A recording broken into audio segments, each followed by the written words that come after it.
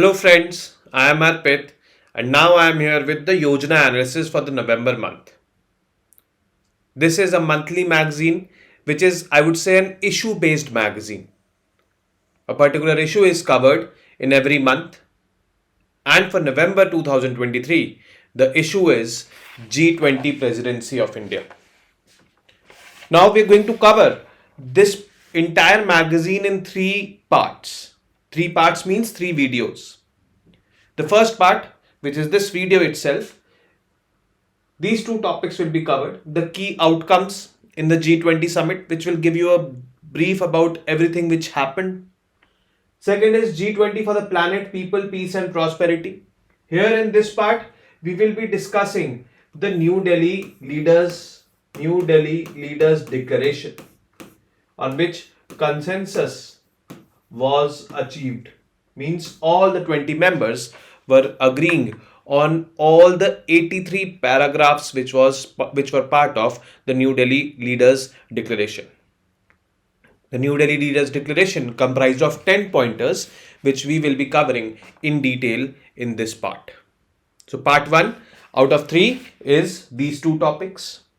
Second part will be the Green Development Pact, which was also part of the New Delhi's declaration, Leaders Declaration. But yes, we're covering it as a separate topic because in this month's Yojana issue, a separate article was given on this. Second is Global Biofuels Alliance. This was formed.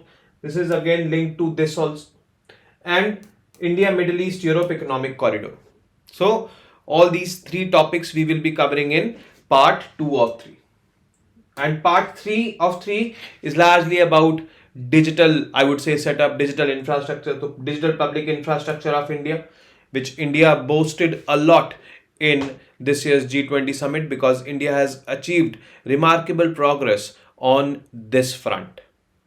And there's a separate, I would say, article on this particular topic, digital public infrastructure and responsible use of AI. AI stands for artificial intelligence.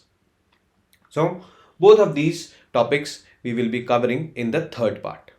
So this is going to be our, I would say, plan for Yojana magazine for the month of November. Part 1, Part 2, Part 3. So let's get started with Part 1 of the Yojana magazine. Part 1 comprises of two topics as we've seen. Key outcomes of the 18th G20 summit and G20 for the planet, people, peace and prosperity. New Delhi's Leaders Declaration was, I would say, passed with consensus, and we'll be talking about this. Now, the first topic, that is key outcomes. Before going into this topic, let's just, understand a briefing about G20. I know most of you might have known about this grouping because India was hosting the presidency of G20 for the very first time. For the very first time since its inception in 1999. 98-99, G20 as a grouping was formed. At that time, it was a grouping of, the finance ministers and the governors of the central banks of these 20 countries. These 20 countries happen to be the world's biggest 20 economies, comprising of around 85% of the world's GDP, where around 2/3 of the population lives. Unfortunately, 80% of the emissions also come from these 20 countries. The basic aim and objective of G20 was, to align the policies of these 20 biggest economies of the world. Why alignment was needed? Alignment was needed because the world was getting globalized. The world was getting more and more connected. So, we thought that if the policies, the monetary policies and the economic policies, monetary policies, that is why the central bank governors were included, financial or economic policies, that's why the finance ministers were included. If they are aligned and they are synchronized, then there are less chances of, I would say, devastating impacts on the economies if one devastating impact happens in any other part of the world. Since the economies were connected, so economies anywhere in the world getting impacted had a considerable amount of impact on other economies as well. So in order to streamline, in order to well coordinate their policies, this grouping was formed. Purely an economic grouping for discussing economic issues. Then in 2008, there was a subprime lending crisis in USA, the world's biggest economy. Subprime lending crisis, recession of 2008.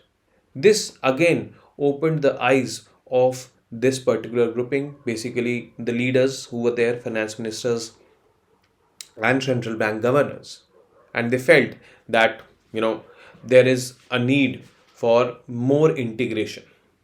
That is why another track under G20 was formed, and this track is known as the Sherpa track, where the head of the state or the head of the governments, they are being represented by their Sherpa. Sherpa is a personal representative of the head of the state or head of the government. And this brought in the second track in G20. The first track comprises of, known as the finance track, comprises of the finance ministers as well as the central bank governors. The second track comprises of the Sherpas, which are personal representatives of head of the state or head of the governments. So this was the story of G20. G20 has been meeting every year since then, and I would say this was the 16th such summit of G20, which happened in New Delhi. India, for the very first time, was hosting the G20 summit. Means India became the president for the very first time. Key outcomes were there. India's presidency was, first of all, applauded by one and all. Even by countries like China, they were in awe of India's presidency. One more thing you need to understand is whatever discussed here in the G20 meetings, it is not legally binding, but it has a considerable amount of influence for shaping the policies of the world.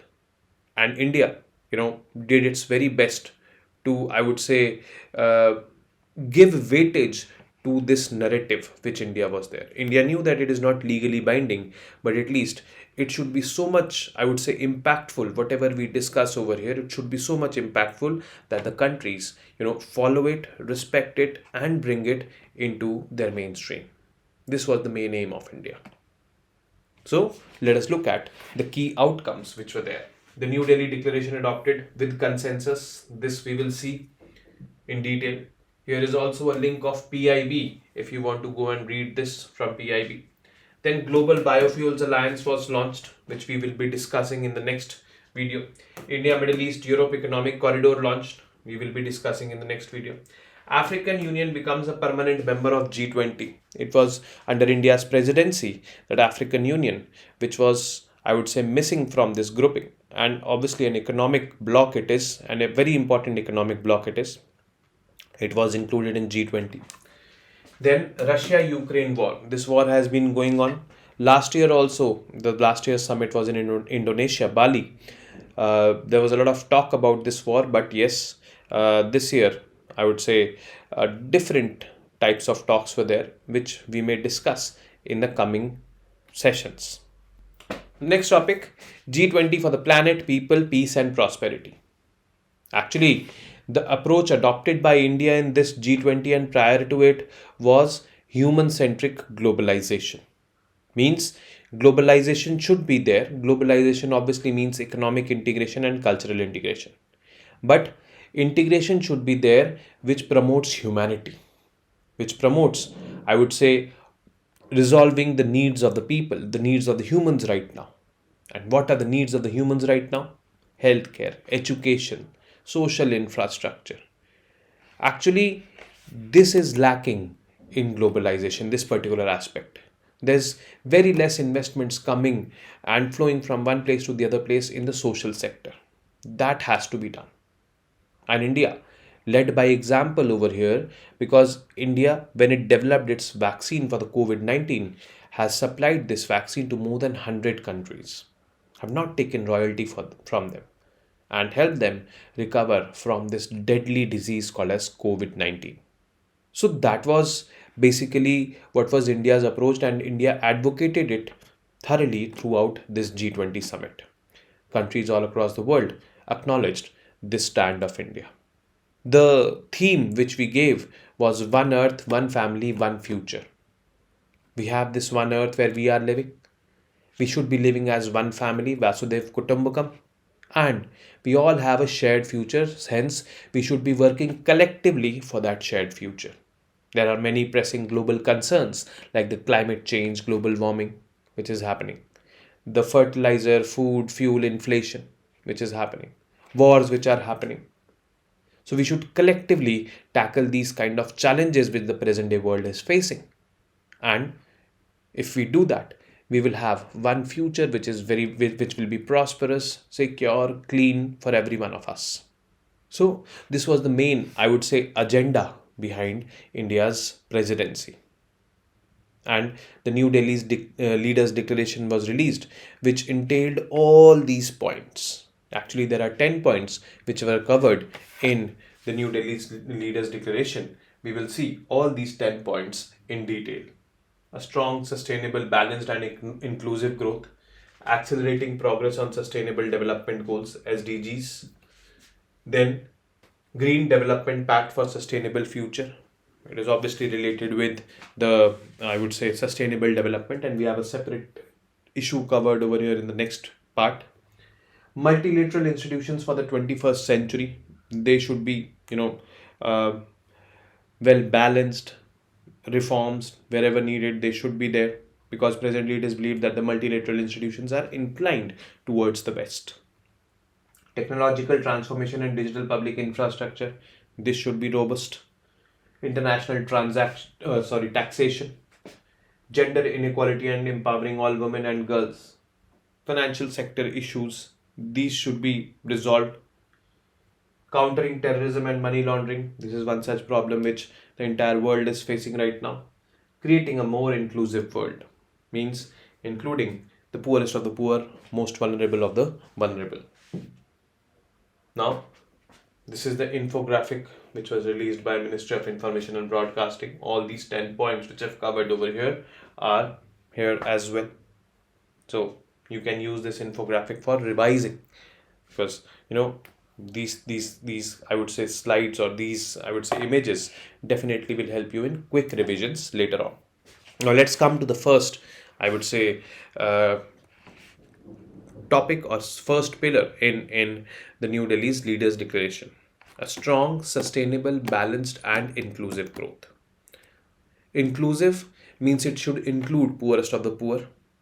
Balanced, it should be balanced. It should not be, I would say, in favoring one particular area like the services sector. It should be balanced. Service, manufacturing, agriculture.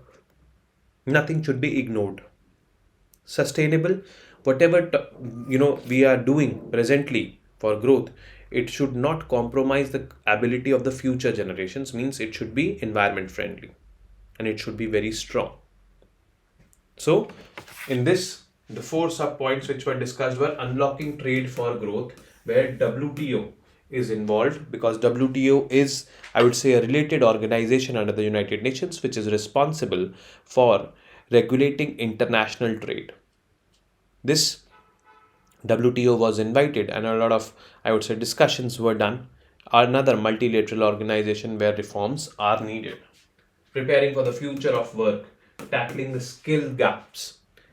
Skills should be taught to the people, and those skills should be globally recognized. Let's suppose a person from India has learned skills over here, has gone out.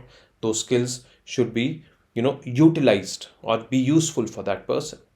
Okay. So in this, what can be done? More and more synchronization in skill training programs can be done among the countries. Advancing financial inclusion. Financial inclusion is when you include in the financial net maximum of your population. Including in financial net means when people are having access to banking facilities, insurance, pension, and credit. The mantra adopted by India, Government of India, for financial inclusion is funding the unfunded, banking the unbanked, and securing the unsecured. And India has done well in this. Now, RBI releases Financial Inclusion Index every year, and this year's Financial Inclusion Index, highlights that around 60 to 65% of India's population is financially included, which was less than or around 40%, I would say, a few years ago, that is in 2017. And fighting corruption. This definitely will put, I would say, a lot of people out of poverty, because corruption is dividing people of their benefits. Like, let's suppose, subsidies poor people were entitled to, and as per a report, where per 100 rupees released, less than 10 rupees as subsidy was reaching the beneficiary earlier. But with this direct benefits transfers, where the government now is transferring money directly into the bank accounts of the people through electronic mode, the entire subsidy is reaching the people. Corruption has gone. Now, financial inclusion has played a role here. Bank accounts were opened under the Jan Dhan Yojana. Now, this Jan Dhan Yojana, enabled poor people to have bank accounts where poor people were receiving money directly from the government as subsidies, which earlier they were not receiving. They were at the helm of the Babujis and the Netajis. They were, taking out a lot of money. And here, one more thing comes into picture, that is digital public infrastructure. Electronically, everything is happening. Digitally, everything is happening. And by Aadhaar, we are able to identify that this beneficiary is there. Then accelerating progress on sustainable development goals. These are the 17 SDGs which United Nations adopted in the year 2015, target year 2030, where all have to be achieved. Now, we are in 2023, I would say midway, but the progress on achieving SDGs is very less. And G20 leaders talked about this and said that we need to collaborate with each other more and more so that we can help each other in meeting their SDGs. Definitely, with global cooperation, this will be happening, because poor countries, especially in the global south, they are not, I would say, capable enough to come meet their targets. They will be needing some extra support. Even countries like India, it will be needing support from the developed countries to meet these goals, and this is very, very important. Then, Green Development Pact for Sustainable Future.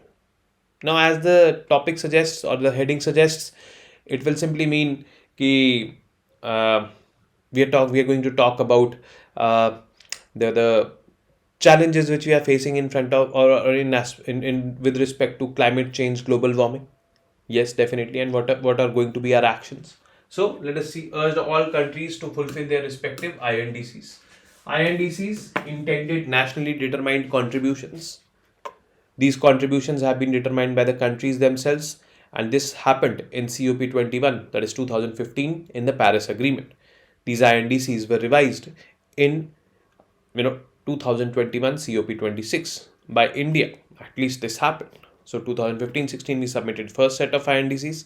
2021 we submitted the second set of INDCs. Macroeconomic risks stemming from climate change and transition pathways. So we are in this process of transition, where we are transitioning from non-renewable energy to renewable energy sources.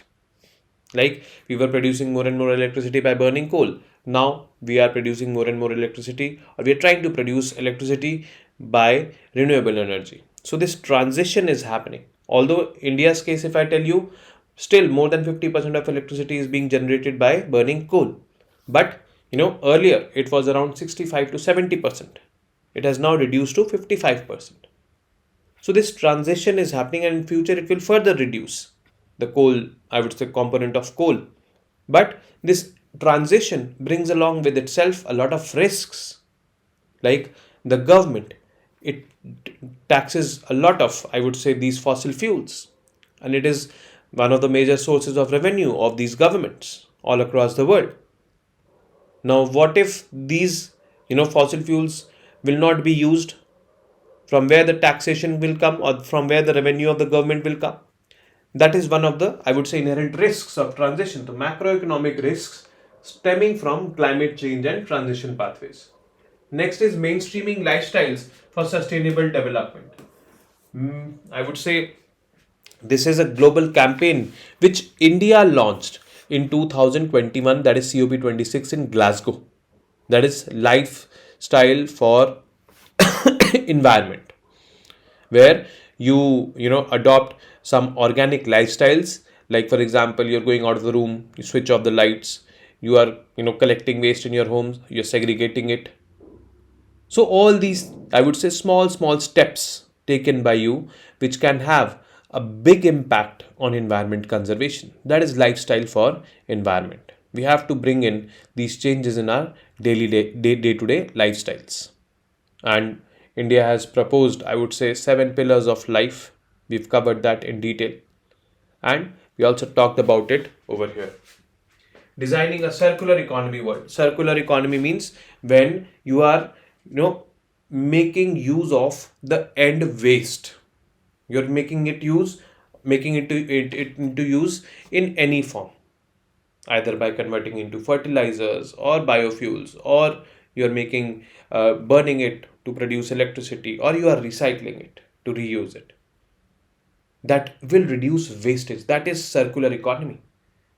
And this is something which the world definitely and desperately needs right now. Implementing clean, sustainable, just, affordable, and inclusive energy transitions. Energy transitions, we know what it is. Delivering on climate and sustainable finance. This is basically one of the big challenges where the finance has to come from the developed countries to the developing countries, but it is lagging, it is not coming.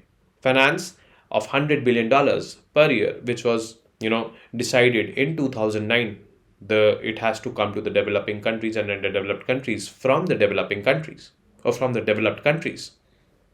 It is not coming, and this is a big cause of concern. Conserving, protecting, sustainably using, and restoring ecosystems. Harnessing and preserving the ocean-based economy. Ending plastic pollution in the country, or in the world, I would say. Financing cities of tomorrow. And reducing disaster risk and building resilient infrastructure. So, all these, I would say, are part of Green Development Pact for Sustainable Future. Then the next is multilateral institutions for the 21st century. Multilateral institutions like United Nations and all. It is believed that they are, I would say, dominated by the West. They are more inclined towards the West. This actually has to be, looked into, because it is not only the West which is, I would say, there in the world. It is, I would say, all the countries.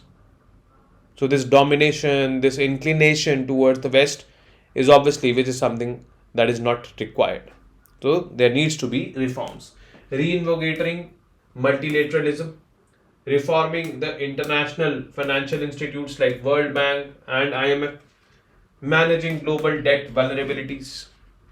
All that has to be looked into. Then technological transformation and digital public infrastructure. Digital public infrastructure is that infrastructure which is on a digital platform and for the public, open for the public. For example, Aadhaar is the backbone of digital public infrastructure in the country. With Aadhaar, we have enabled multiple things. Like for example, we've started to give this unique identity to the people, and we are able to identify that how many people are there existing and which person is eligible for which kind of, I would say, services or which kind of subsidies. All this we are able to identify by Aadhaar, because we've linked Aadhaar with PAN, we've linked Aadhaar with your bank account, we've linked Aadhaar with your phone number. And just an example, India was, in India, there were subsidies being released for people who did not exist. Those people are called as ghost beneficiaries. And 10 crore of such ghost beneficiaries were there existing in India. Where were those subsidies going? To the Babujis and to the Netajis. Corruption. But since Aadhaar has given unique identity, so we're able to successfully weed out these ghost beneficiaries. Magic of digital public infrastructure. We got administered these vaccines during COVID. The process was very simple. You book your slot, you go there, get your self vaccinated. If you have that COVID app or Arogya Setu app, which is obviously linked to your Aadhaar. Then what will happen? You are coming out of the vaccination center and then you receive your certificate with you. This was so seamless. And people all across the world, they were in awe that how did India administer more than 200 crore vaccines? This is such amazing. And that too seamlessly. Digital public infrastructure had a very big role to play in that. So, here in this, building digital public infrastructure, building safety, security, resilience, and trust in the digital economy, crypto assets, policy and regulation, financial stability board, this had to be there. This was discussed that whether these should be regulated or not, crypto assets or cryptocurrencies, fostering digital ecosystems, harnessing artificial intelligence responsibly for good and for all. We are going to cover this in the third part of our, I would say, Yojana series for November month. Then international taxation. Global reporting on taxation should be transparent because MNCs, multinational companies, they are operating in multiple countries. So that has to be transparent. Then base erosion and profit shifting should be managed collectively. Now let's suppose I have a company here in India. That company is earning 1 crore rupees profit and the tax slab is above 30 lakhs profit. What you have to pay? You have to pay 30% of the taxes. So what I do, I create some shell companies, means artificial, or I would say some companies which are per se not functioning but having a bank account and everything, and I shift my profit to these companies. 20 lakh each, and 20 remains over here in this company. And these two companies are out of India on the foreign show. So if we are coordinating well with each other countries, then I will be able to catch, means India will be able to know that the profit has been shifted from this company to companies abroad. Why? To evade taxes, to reduce or to be saved from taxes. Then gender inequality and empowering all women and girls. This is the seventh pillar. Enhancing economic and social empowerment of the females. Bridging the gender digital divide. Bridging gender inclusive in climate action. Securing women's food security, nutrition and well-being. This is very, very important. Creation of a working group on the empowerment of women. So women, we have to bring them more and more in the digital, I would say, ambit. We have to mitigate or we have to tackle the impact of climate change on women also. All these things we have to do with respect to women. Next is financial sector issues. Cross-border payments, G20 roadmap for enhancing cross-border payments to achieve global target for faster, cheaper, more transparent and inclusive cross-border payments by 2027. Because globalization, payments also need to flow from one place to the other place. That should be streamlined. That should not be, stuck in unnecessarily administrative hassles. So that has to be looked into. Ninth is countering terrorism and money laundering. Actually, terrorism, almost all the countries in the world or majority of the countries in the world are facing some or the other form of terrorism. Money laundering is the process by which you make your money look like clean money, but actually it is dirty money being earned from, I would say, illegal sources like selling drugs, arms and all. But you make it look like that it is clean money. That is called as money laundering. Now, money laundering involves transfer of money from one country to the other country. Cross-border payments and all have to be done. Then only you'll be able to conceal the source. So that has to be tackled. So for that, Financial Action Task Force has been formed. Financial Action Task Force was formed in 1989. At that time, it was formed for tackling money laundering. And since 2001, since the, I would say, 9/11 attacks, FATF is also looking into terror financing. So all these are linked with each other. So that has to be looked into. That was discussed a lot by the leaders over here in G20. And last was creating a more inclusive world. We welcomed the inclusion of African Union in G20. This was missing, and committed for a more inclusive world in the future also.